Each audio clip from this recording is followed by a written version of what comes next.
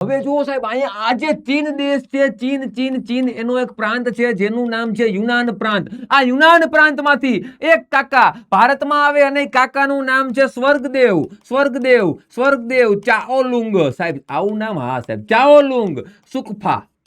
આ સાહેબ જેવા તેવા વ્યક્તિ નથી. આ સાહેબ 2 ડિસેમ્બર 1228 માં ભારત દેશમાં આવે, ચીનના યુનાન પ્રાંતથી ભારતમાં આવે.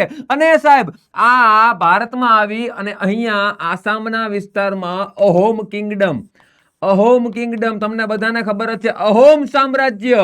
આ અહોમ સામ્રાજ્યની સ્થાપના કરે. મતલબ કે આ અહોમ સામ્રાજ્યના પહેલા કિંગ કોણ છે? સ્વર્ગદેવ ચાઓલુંગ સુકફા. આ સાહેબ 2 ડિસેમ્બરના રોજ ભારતમાં આવ્યા હોવાથી, અહોમ સામ્રાજ્યની સ્થાપના કરી હોવાથી સાહેબ સુકફા દિવસ તરીકે મનાવવામાં આવે છે 2 ડિસેમ્બરને. ભૂલાય નહીં. અને આ એમનો ફોટો છે, જોઈ શકો તમે. શું નામ કીધું મેં? યાદ રાખજો, સ્વર્ગદેવ ચાઓલુંગ સુકફા. ક્યારે આવ્યા હતા?